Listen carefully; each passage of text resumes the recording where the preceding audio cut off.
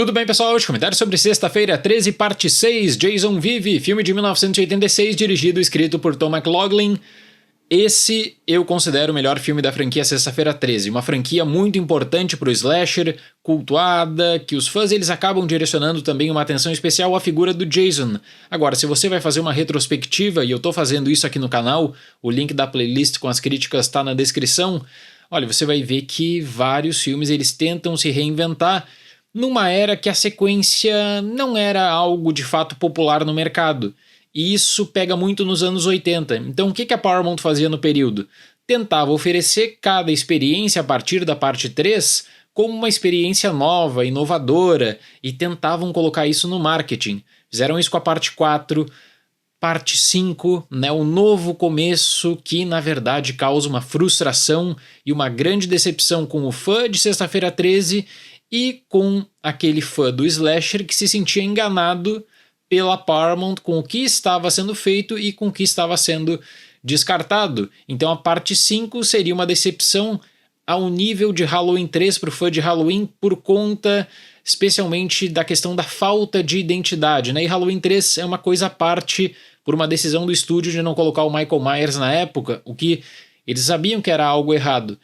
Para a parte 6, resgatar a confiança, resgatar o público que deixaria de assistir a franquia, quem sabe, por conta de uma decisão criativa bem ruim. Aliás, fazendo um parênteses, fazia mais de um ano que eu não postava um vídeo na série de críticas da franquia Sexta-feira 13, vou retomar e pretendo ainda nesse ano trazer pelo menos mais 2 análises.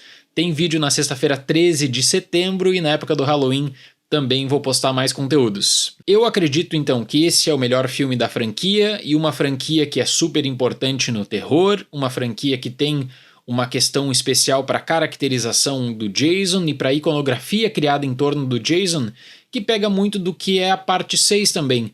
Eu acho que o Jason da cultura popular, o Jason que acaba sendo esse ícone do slasher, tem uma vertente a partir dessa parte 6, né, da questão também do sobrenatural. A franquia passou por vários problemas, tentaram trocar o protagonista e depois a parte 6, o Jason vai para o quinto dos infernos, o Jason vai para a cidade, o Jason vai para espaço.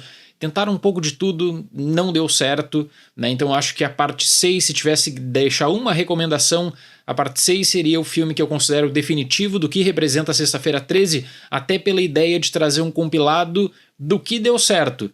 Não tentar inovar, não tentar achar alguma coisa fora do comum para surpreender o público na tentativa desse novo começo da parte 5 que eu comentei já aqui no canal, né? Mas de fato, o que é Sexta-feira 13 e como você coloca isso como importante no slasher? Trazendo uma contextualização, a parte 5 acaba se tornando um sucesso comercial para Paramount, mas por outro lado um filme que atinge a credibilidade de Sexta-feira 13 na medida que as reações são esmagadoramente negativas pelo rumo que a franquia tinha tomado.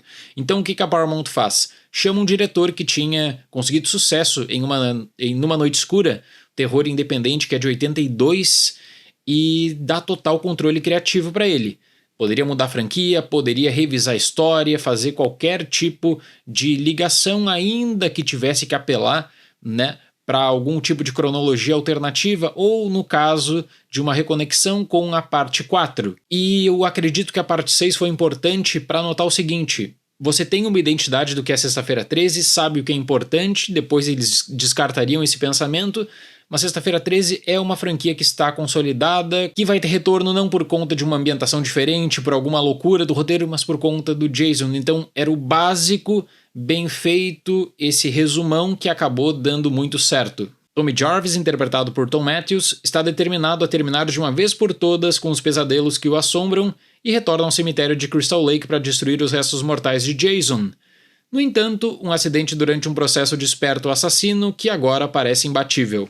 O longa trata de fazer uma reconfiguração para não só fazer com que o público se lembre dos eventos da parte 4, mas também para trazer esses flashbacks dos eventos traumáticos que acabam sendo impactantes para Crystal Lake. Então seria mais uma vez uma tentativa de buscar por aquela questão da comunidade que está em choque, a comunidade que está em luto. Só que o que é diferente é que Crystal Lake não estaria preparada para lidar mais uma vez com alguma história de superação, de tentar passar por cima de algum acidente ou de algum evento catastrófico envolvendo Jason.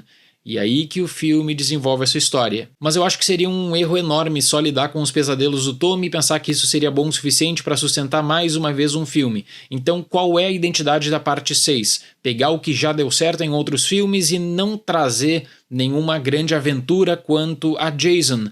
A explicação está no sobrenatural e ponto.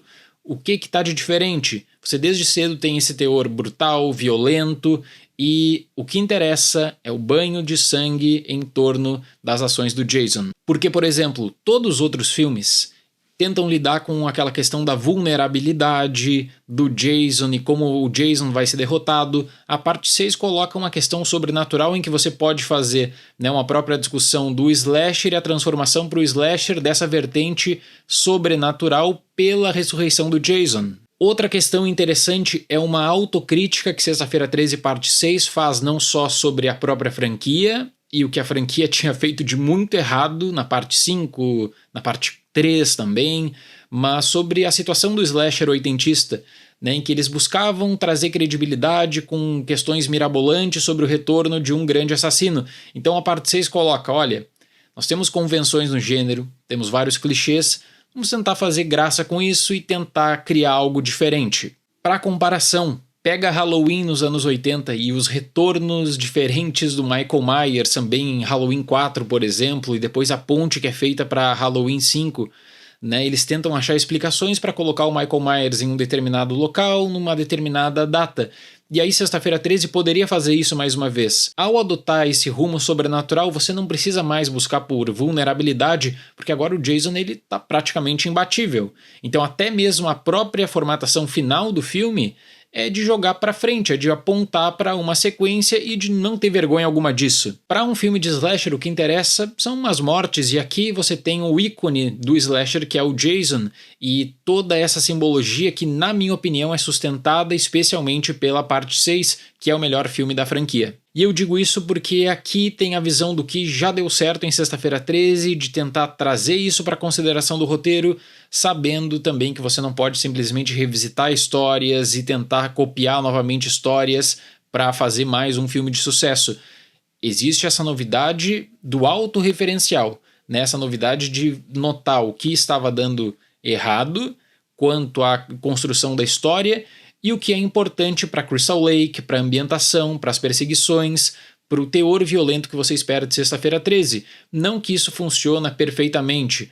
Quando o filme ele busca essa vertente do humor, ele perde por outro lado na tensão, e isso ocorre aqui. Mas um outro destaque que eu quero dar, Harry Manfredini, que tem todo um tema importante na parte 1 de Sexta-feira 13, né, a consolidação de um novo filme de slasher que teria um impacto aí, especialmente nos anos 80, que tenta mudar também pequenas variações na parte 2, 3, e que aí na parte 6 vai investir mais na orquestra para uma ambientação junto de uma trilha sonora típica do período, que é muito bom.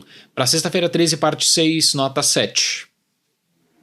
É um filme que eu dou muito valor na franquia, é um filme que eu deixo a recomendação, só que aí eu tenho que falar também que as coisas depois perderiam bastante rumo e vai ser complicado revisitar os próximos filmes, mas nós vamos fazer isso também, então pretendo trazer mais 2 críticas agora nos próximos meses, parte 7, depois parte 8, e vamos juntos nessa jornada. Certo, pessoal? Muito obrigado pela atenção, até mais e tchau!